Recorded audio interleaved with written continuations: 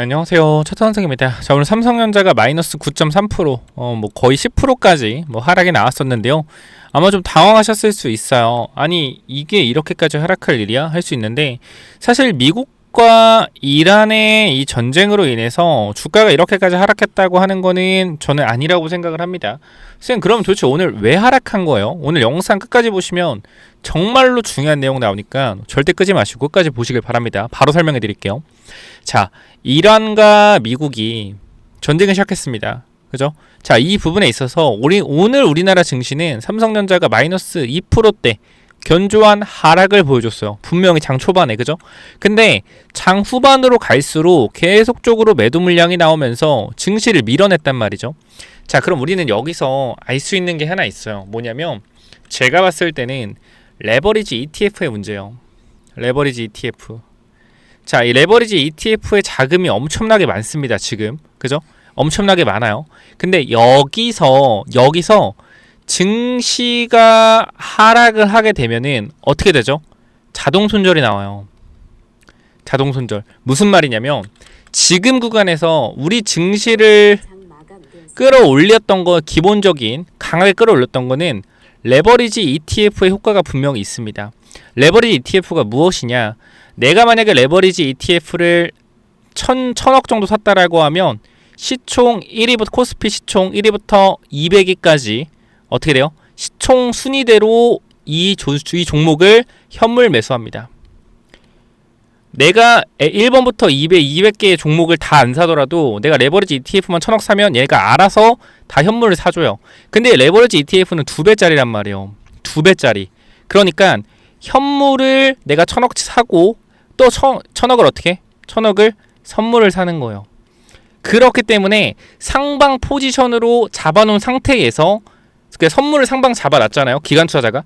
레버리지가 2배짜리인데 내가 1000억을 샀는데 그죠? 1000억을 또 현물을 살 수 없는 거잖아. 기관에서. 그러니까 이 1000억은 선물로 투자한단 말이에요. 근데 증시가 올라갈 때는 이 선물 투자가 결과적으로 상방을 잡아놓은 상태에서 증시가 또 레버리지에 돈이 들어오면 증시가 올라갈 거지 않습니까? 그죠? 자, 우리가 여기서 이렇게 봅시다. 좀 간단하게 설명을 드릴게요. 정말 중요한 끝까지 보셔야 돼요. 내가 레버리지 ETF를 아까 1000억을 샀다라고 했잖아요. 1000억을 샀어요. 그러면 이 기관 애들이 현물을 1000억 삽니다. 근데 이거 2배짜리 지수를 2배 추종하는 ETF예요. 레버리지 ETF는. 그리고 기관 투자자가 선물을 또 1000억치를 사요. 그럼 어떻게? 2배를 맞출 수가 있잖아요. 근데 여기서 문제가 뭐냐면 증시가 올라갈 때 있잖아요. 증시가 올라갈 때. 예를 들어 내가 1000억을 샀잖아요. 그래서 레버리지 ETF, 즉 증시가 예를 들어서 5%가 올라갔어요. 10% 올라갔다. 증시가 10% 올라갔다고 하면 내가 갖고 있는 현물의 가격이 어떻게 돼요? 1100억이 되죠. 1100억. 그죠? 근데 선물은 얼마? 선물은 그대로 1000억이죠. 그럼 어떻게 돼요? 2100억이죠. 근데 이 레버리지라는 것 자체가 10%가 올랐을 때 어떻게 됩니까? 10%가 올랐을 때 총 합의 10%가 올라야 돼요. 2200억이 돼야 된단 말이에요. 그쵸? 2200억이 돼야 되죠. 근데 지금 현물은 10% 올라가지고 1100억이 되는데 선물은 그대로요.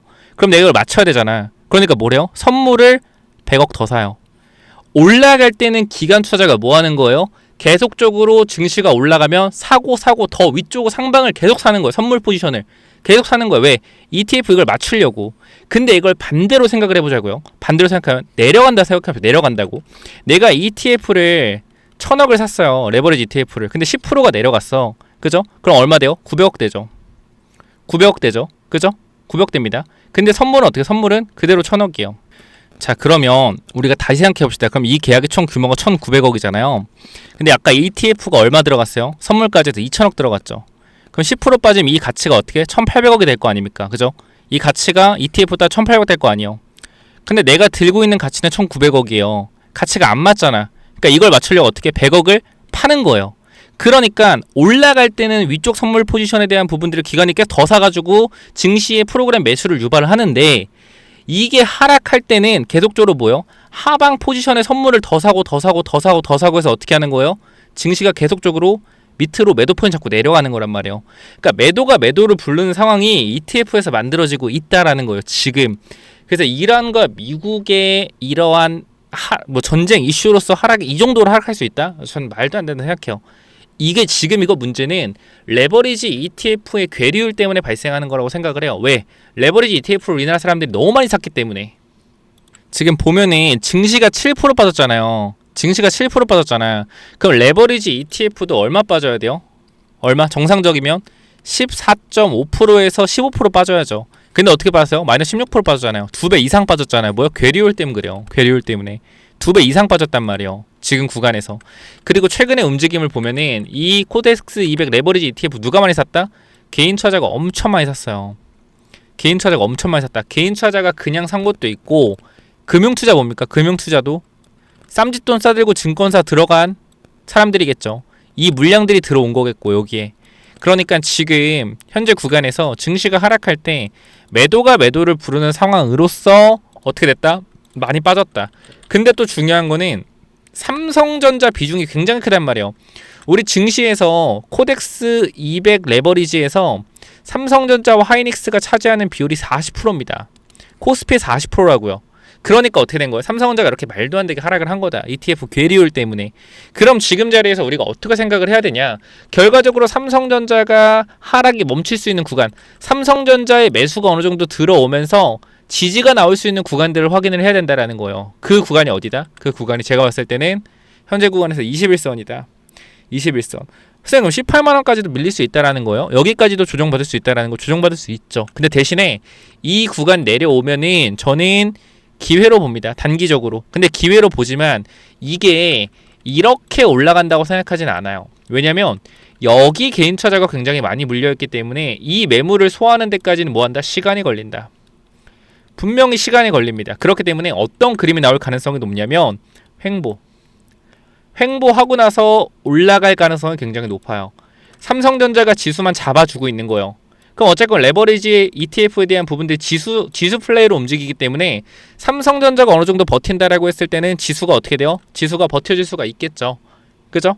그렇기 때문에 오늘같이 단기적인 트리거로서 매도세가 강하게 나오는 구간들이 형성돼서 지수가 이렇게 무너지는 거는 ETF의 계류에 따른 프로그램 매도가 계속적으로 반복적으로 나오면서 만들어진, 좀 제 생각했을 때는 기괴한 현상이다. 거기다가 추가적으로 증시 자체가 많이 올랐기 때문에 차익 실현 물량들이 나오면서 매도가 더 매도를 부른 상황이라고 볼 수 있을 것 같아요. 그러니까 앞으로 이러한 흐름들이 연속적으로 나올 거다라고 생각하면 안 돼요. 저는 나와봤자 내일이 마지막이다. 그렇기 때문에 내일 구간 반드시 기회를 잡아야 된다고 생각을 하고요. 삼성전자 같은 경우는 또 뭐가 있냐면 제가 여러분들한테 말씀드렸던 내용이 뭐죠? 선물옵션 동시만기 관련돼서 말씀을 드렸죠. 3월 12일이 선물옵션 동시만기예요. 3월 12일이. 그죠? 앞으로 거래일로 따지면 1, 2, 3, 4, 5, 6, 7거래일밖에 안 남았어요. 7거래일밖에 안 남은 상황에서 외국인들이 대량으로 계속적으로 물량을 던진 구간이 어디냐? 삼성전자 같은 경우도 위쪽 구간이지 않습니까? 여기 22만원 위쪽에서 계속적으로 엄청난 매도 폭탄, 21만원 위쪽에서 엄청난 매도 폭탄을 던지고 있었단 말이에요. 그럼 우리가 생각을 했을 때 외국인들의 선물 포지션이나 옵션 포지션을 봤을 때 삼성전자가 21만원 구간 위쪽에 있으면 안 되는 거예요. 외국인들 입장에선. 그러면 지금 구간에서 외국인들은 포지션에 대한 부분들을 21만원 위쪽으로 올라오면 계속적으로 누르는 포지션을 가지고 있을 거란 말이죠. 그리고 나서 외국인들이 계속적으로 매수를 하면서 버텨줬던 구간들을 한번 확인해보면 되는데, 이건 어디까지 예상이기 때문에 확실하지 않습니다만 외국인들이 그래도 마지막에 매수가 들어왔던 구간대를 보면 어디요? 17만원대죠. 17만원대. 17만 8천원. 어떻게 보면은 17만원에서 18만원 구간대요. 그럼 우리가 여기서 확인할 수 있는 거는 21선에 대한 부분들이 17만 18만원이지 않습니까? 그럼 이 구간에서는 외국인들이 어느 정도 받쳐줄 수 있다라는 거예요. 그럼 여기서 어느 정도 지수가 안정화되면서 증시가, 삼성전자가 잡히고 증시가 안정화되는 구간이 나올 수가 있다라고 생각을 해요. 그렇기 때문에 이 구간에서 횡보에 대한 가능성을 굉장히 높게 보고요. 3월 12일 이후에 섹터 순환매가 분명히 나올 거라고 생각을 합니다. 그렇기 때문에 지금부터 삼성전자를 보유하고 계신 분들은 제가 어제도 말씀을 드렸지만 수익이 크신 분들 이평선 이탈할 때마다 분명히 뭐요? 매도세 나왔을 거예요. 오늘 5일선 이탈하는 구간 얼마죠? 5일선 이탈하는 구간 20만 5천원이지 않습니까? 이 구간. 그죠? 5일선. 왜냐면 삼성전자 수익 보고 있는 사람들이 많을 거기 때문에 5일선 이탈했을 때 기계적으로 수익 실현하는 사람도 분명히 많았을 거예요. 그렇기 때문에 오늘 구간에서도 분봉을 보시면 알겠지만 아침 구간에 주가가 단기적으로 안 깨졌던 구간대를 보시면 얼마예요? 2 20만 5천원, 20만 7천원 구간이지 않습니까? 여기 5일선 구간. 5일선에서 어느 정도 지켜준 거예요. 근데 5일선 이탈하니까 뭐요? 차익 실현 나온 거죠. 이게 굉장히 중요하다라는 겁니다, 여러분들. 제가 오늘 삼성전자 관련돼서도 여러분께 말씀을 드렸던 점이 5일선에 대해서 말씀을 드렸거든요. 삼성전자 같은 경우에 오늘 구간 저도 일단 5일선 대응에 대한 부분들 계속 말씀드렸고, 오늘 아침 9시 10분에도 뭐요?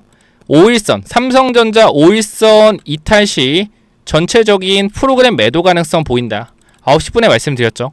그렇기 때문에 이 5일선이 깨졌을 때 사람들이 매도 물량을 쏟아내면서 프로그램 매도가 매도를 부르는, 즉 ETF 포지션 자체가 괴리율 때문에 계속적으로 하방으로 때리는 그러한 부분들도 분명히 있었을 거다라고 분명하게 저는 생각을 합니다. 그렇기 때문에 현재 구간에서 이렇게 하락이 나오는 건 저는 그렇게 생각해요. 단기적인 해프닝에 불과하다라고 생각을 하고, 이 부분들은 내일까지 나올 가능성이 있지만 뭐 내일이 기회가 될 가능성 굉장히 높아 보여요. 결과적으로 우리가 하락을 할 때 기회를 잡을 수 있어야 되는데 지금 너무 무섭잖아요. 그죠? 다 똑같아요. 무섭고, 야 이거 지금 어떻게 해야 되지? 야 지금 이거 지금이라도 팔아야 되나? 전쟁 더 확전될 것 같은데. 근데 제 경험상 단기적인 전쟁 이슈는요, 단기적인 하락 트리거를 만들어내지만 오늘의 코스피 하락은요, ETF 때문에 추가적인 하락이 나왔다고 생각하고 많이 올랐던 부분에 있어서 차익 실현에 대한 핑계를 만들어주는 트리거였다고 생각을 합니다. 결과적으로 하방이 만들어지더라도 천천히 하방에 대한 부분들이 각도가 낮아질 거고, 여기서 다시 한번 바닥이 잡히는 구간이 만들어질 거예요. 제가 여러분들한테 이렇게 말씀드렸죠. 증시는 절대 밑으로 빠지지 않는다. 밑으로 빠져도 어떻게 된다? 반등이 반드시 나온다. 제일 좋은 그림이 이런 그림이에요. 제일 좋은 그림 뭐요? 요런 그림.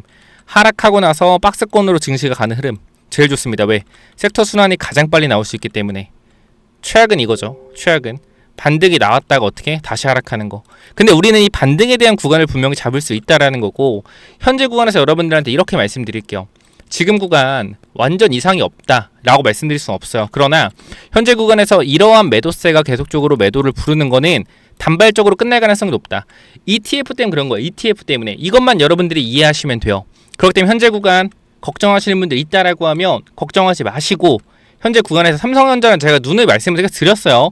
신규 진입 안 되는 구간이다. 이거 조심해야 되는 구간이다. 분명히 말씀을 드렸고, 제가 금요일장에도 말씀을 드렸죠. 2월 27일 저번 주 금요일에도 여러분들한테 어떻게 말씀을 드렸습니까? 삼성전자 뭐요? 정상과 비정상을 판단해야 된다. 지금 8천억 매도에 개인이 다 받는 건 정상적인 흐름이 아니다. 냉정하게 삼성전자 뭐요? 더 가도 접근 안 하는 게 맞다. 계속 더 가도 저는 사야 된다고 말씀 못 드릴 것 같다. 죄송하다. 틀려도 제 기준에서는 안 된다. 분명히 말씀드렸죠. 그럼 지금 매도가 부른 상황에서 내일 구간 반드시 뭐 할 수 있다. 이거 기회 잡을 수 있습니다. 삼성전자 지금 대응 못 하신 분들이 있다라고 하면 여러분들 구독, 좋아요 눌러주시고요. 삼성전자 내일 대응에 대한 부분들 내가 대응해보겠다 라고 하시면 여러분들 삼성이라고 두 글자, 이쪽 몇 번이죠? 010845 9501 이쪽으로 삼성 남기셔서 이거 제대로 대응에 대한 부분들 신경 한번 써보세요. 분명히 삼성전자 제가 안 된다라고 말씀드렸고, 이 ETF에 대한 부분도 처음 들으신 분 있을 거예요. 근데 이거 하락 제한적일 겁니다. 내일 구간 바닥 나올 가능성 굉장히 높아요. 그리고 반대 매매 나오면은 그 물량 받을 가능성 높고, 지금 신용에 대한 부분들도 분명히 있는데요. 이거 잠깐 좀 말씀드릴게요. 오늘 이렇게 주가가 하락한다고 했을 땐 내일 구간, 오늘 구간도 마찬가지지만 증거금 넣으라고 할 겁니다. 넣으라고 할 거예요. 근데 내일도 하락하면 증거금 넣을 돈 없겠죠. 그럼 어떻게 돼? 그 다음날 반대매매 나와요. 그러면 증시는 갭상합니다. 반대매매 못 사게 해요. 반대매매 나오고 또 못 사게 한다. 왜냐면 자, 요것도 제가 분명히 보여드릴게요. 지수업종 차트인데요. 자, 우리가 과거의 코스피의 흐름을 보게 되면, 자, 밑에 구간 잠깐 봅시다. 자, 어떤 식으로 개미들을 터냐면요, 요런 식으로 텁니다. 자, 보시면은 여기 말고요. 자, 반대매매가 나올 때 왜 무섭냐면, 자, 여기를 보시면은 지수가 하락을 할 때 개파락 마이너스 5% 나왔죠. 그죠? 코스피입니다. 그리고 나서 뭐요? 증거금 넣으라고 했을 거예요. 증권사 증거금 넣으라 했을 거예요. 그리고 나서 한 번 더 하락합니다. 이런 식으로. 또 증거금 넣으라 했겠죠.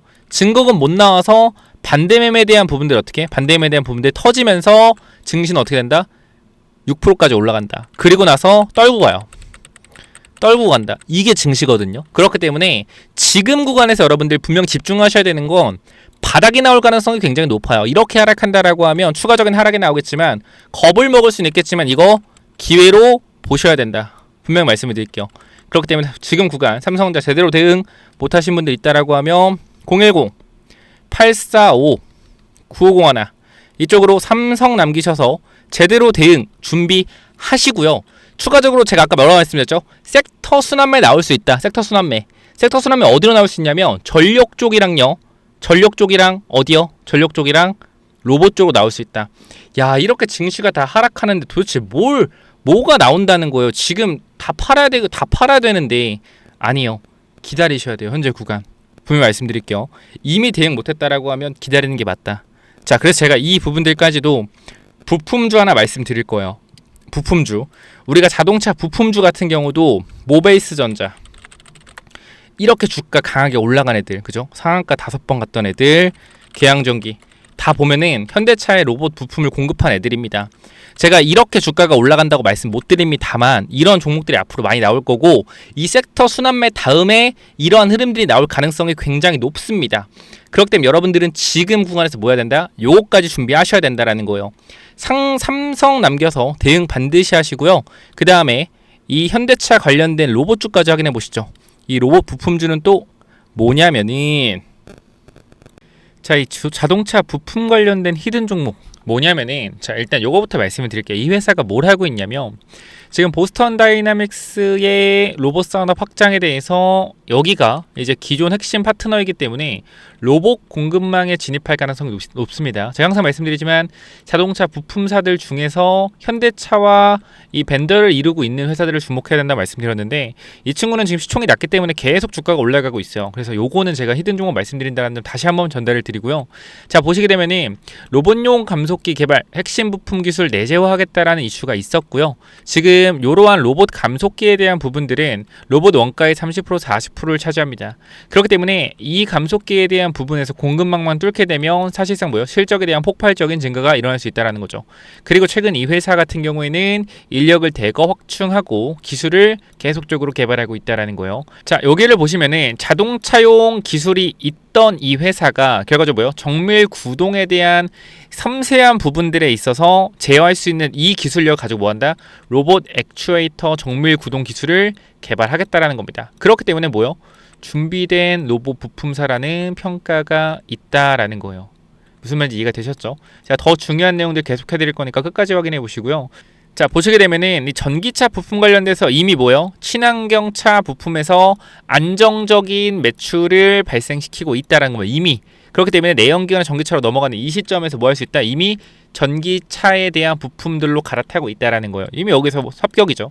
자, 근데 로봇 모멘텀에 대한 부분들이 새로 생겼다라는 거죠. 자, 로봇 산업은 고부가치 산업이고요. 그 다음에 오랫동안 저평가였던 회사이기 때문에 아까도 말씀드렸지만 자동차 부품사들이 저평가에서 성장성을 부여받을 수 있기 때문에 가치가 상승할 수 있다라는 거죠. 그렇죠? 안정적인 성장을 통해서 가치까지 상승한다라고 하면 모멘텀이 엄청나게 크게 받을 수 있다라는 겁니다.